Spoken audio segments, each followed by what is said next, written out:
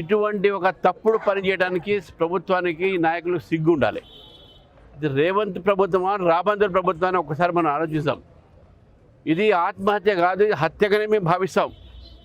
పోలీసులు కూడా చెప్తా ఉన్నాను నేను, మీరు నా చట్టపరంగా మీరు పోకపోతే తీవ్రమైనటువంటి పరిణామాలను మీరు ఎదుర్కోవాల్సి వస్తుంది.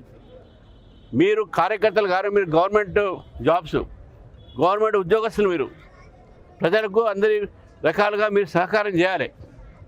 ఒక పార్టీ కోసం మీరు పోలీసులు ఉద్యోగం లేరు. ఏ విధంగా మీరు మారుస్తారంటే ఎఫ్ఐఆర్ ఒక వర్షాన్ని ముఖ్యమంత్రి చెప్పని మారుస్తారా?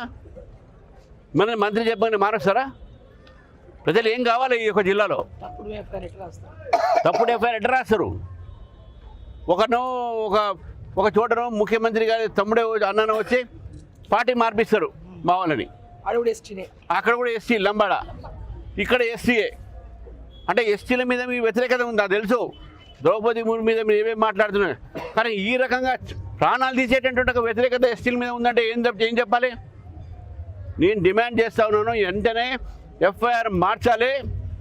ఇది ఎన్నికల సంబంధం కాదు, ఇది ఒక మనిషి ప్రాణం సంబంధమైనది. భారతీయ జనతా పార్టీ నుంచి నేను ఆయన కుటుంబానికి 10 లక్షలు నేను వారికి సహకారంగా ముందు నేను అనౌన్స్ చేస్తూ ఉన్నాను. అయితే సహకారాన్ని, ఎందుకంటే బీద కుటుంబము పార్టీ నుంచి ఇస్తున్న పార్టీ కార్యకర్త కాబట్టి పార్టీకు, కార్యకర్తలకు, నేతలకు భారతీయ జనతా పార్టీ అండగా ఉంటుంది.